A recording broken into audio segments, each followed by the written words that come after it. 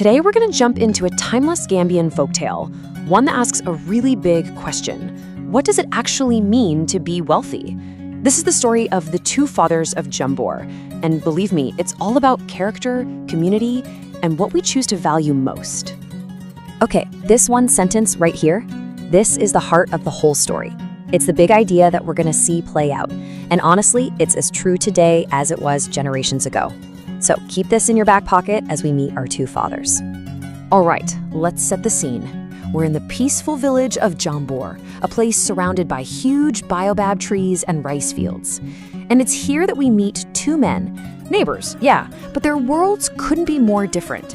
We have Pa Soy, the rich man, and Pa Junko, the poor farmer. And you can just see the difference, can't you? On one side, you've got Pa Soy's world, all about tall gates and big walls, a symbol of being separate, maybe a little above it all. And on the other side, Pa Junko's simple little hut, totally open and connected to the life buzzing around it.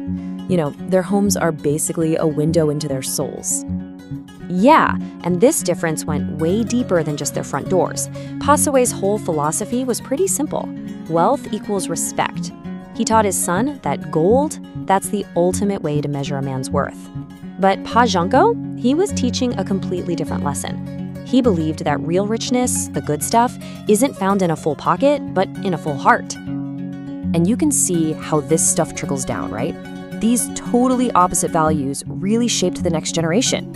Pa Soy's son, Buba, he dreamed big about material things, about owning the entire market. But Pa Junko's son, Lamin, his ambition was quieter, but way deeper. He wanted to own his peace. So you have pride on one side and patience on the other. You know, every great story has a test, right? A moment that just strips everything away and shows you who people really are.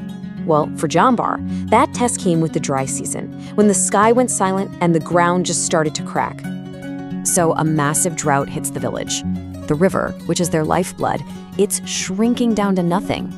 The chief calls every single man to the village square, and the task ahead is huge. They have to dig a new well, together, where the whole community, everyone is going to face thirst.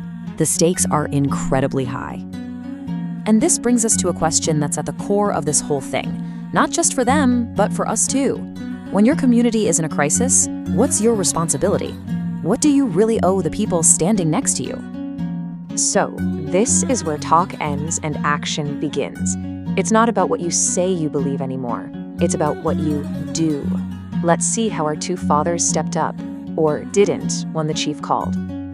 Wow. The difference here is just night and day.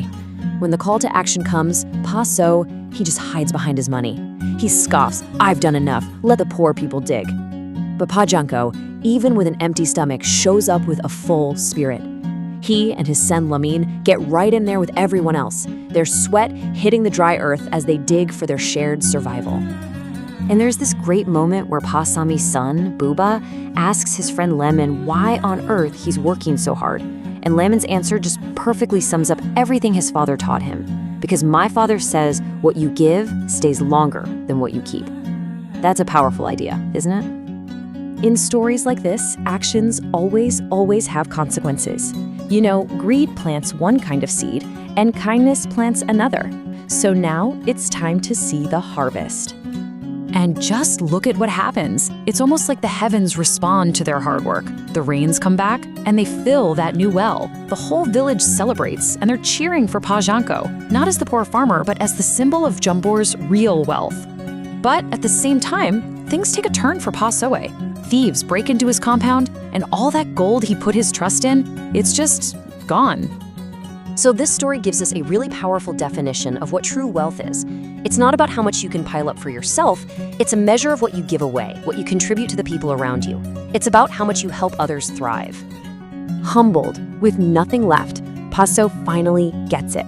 He goes and finds Pa Junko by the new well and says, "I was blind, brother. Teach me what you know." It's this incredible moment of transformation, you know, where pride just finally gives way to truth. But hold on, the story doesn't just end there, with one guy winning and the other losing. It ends with them coming together, and a new beginning for the whole village. It's about building a legacy that lasts. So Pa Saway starts sharing what he knows about trade, and Pa Jonko shares his wisdom about community and kindness. And from that day on, Jambur actually had 2 rich men, and the village was so much stronger for it. Both fathers and their sons learned that wealth and wisdom, they're most powerful when they work together. And that brings us right back to where we started, to that central truth of the story. This tale is passed down generation after generation, just as a simple reminder that the greatest fortunes aren't the ones you lock up, but the ones you give away. So this folktale leaves us all with a pretty big question to think about. In your own life, what kind of well are you digging? Is it a private one, just for you?